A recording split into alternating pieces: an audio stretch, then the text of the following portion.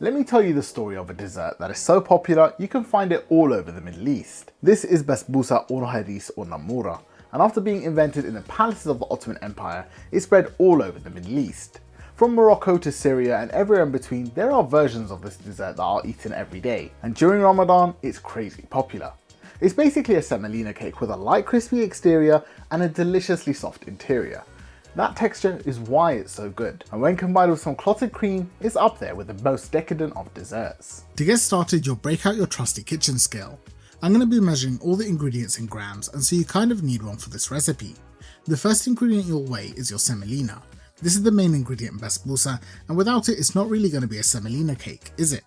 Weigh out 350 grams of semolina, and when you're buying this, make sure to look for medium-sized semolina. Semolina is usually sold in coarse, medium and fine sizes, but neither the coarse or fine size will work for this recipe. The medium one which you need will look like very small grains of sand, and when compared to this fine one on the left, it's quite a bit larger in size.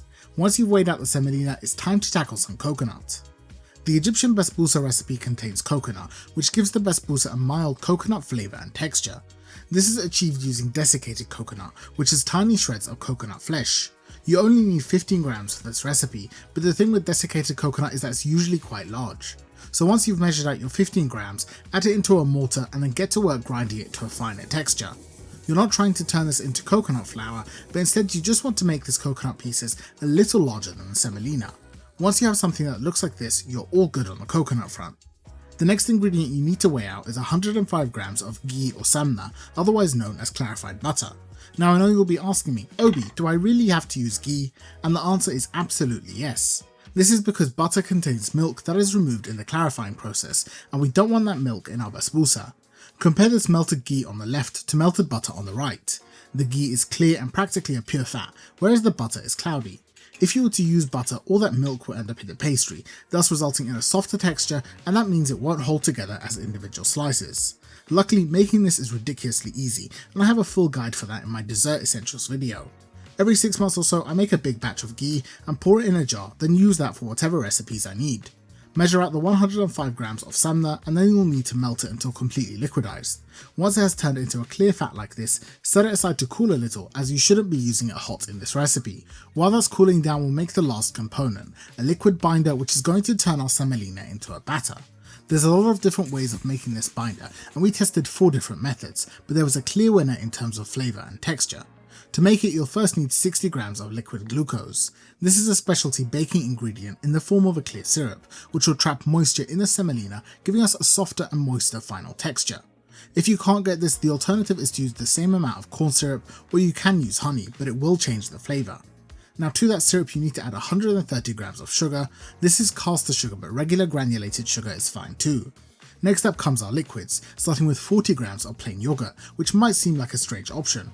When we were developing the recipe, we found many recipes using part yogurt and part milk for the liquid. We tested a few different ratios, but this yogurt and milk combination was the best.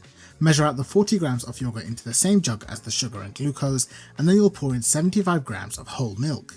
You can replace either the yogurt or milk with more of the other, and then once that's all in there, give it a very thorough mix. This liquid now needs to be heated in the microwave or over your stove until the sugar has dissolved. You can test that by rubbing the liquid between 2 fingers and it should feel perfectly smooth.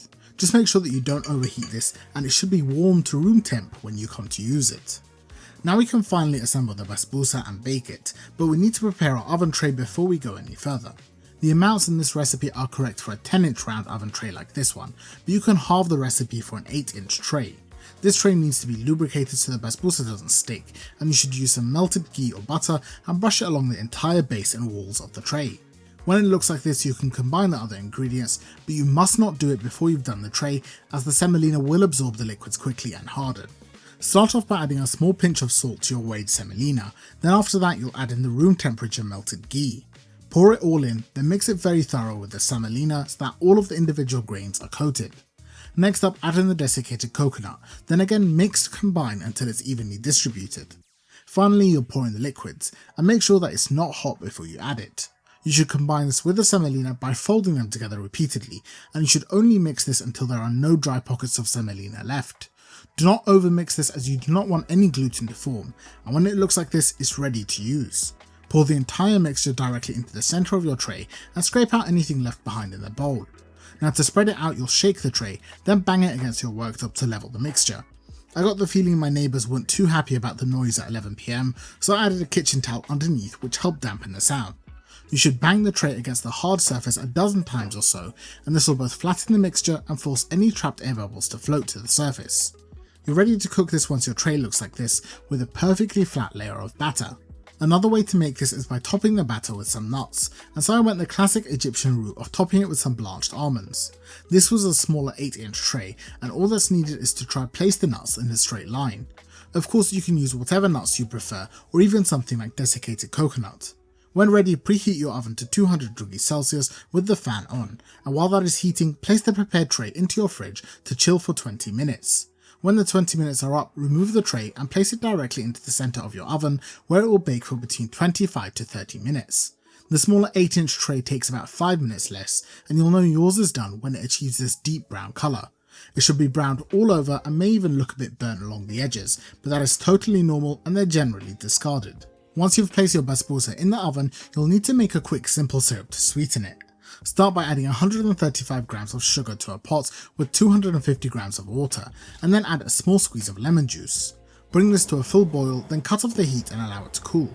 You could add flavourings here such as orange blossom or rose water, but we don't really use them in the Egyptian version. As soon as your basbousa comes out of the oven, you should pour over the room temperature syrup, and you'll hear it sizzle as it hits the hot pan. All you need to do now is wait for it to be absorbed, and it should take about 10 to 15 minutes for the syrup to disappear. Ideally you'd give this at least 3 to 6 hours to rest, as the syrup needs to distribute evenly and the basbousa needs to firm up a little. After that time is up, you can break into the basbousa by cutting it into equal sized pieces using some sort of spatula or scraper. The pieces of basbousa should have 3 distinct layers, a crispy top and bottom which are sandwiching a very soft and fluffy interior.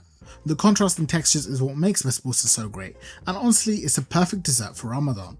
To balance the sweetness, basbousa is usually served with clotted cream, and adding on a spoonful really takes it to the next level, but maybe just have 1 piece as 3 is a bit silly. That's a bite, you really want to try that.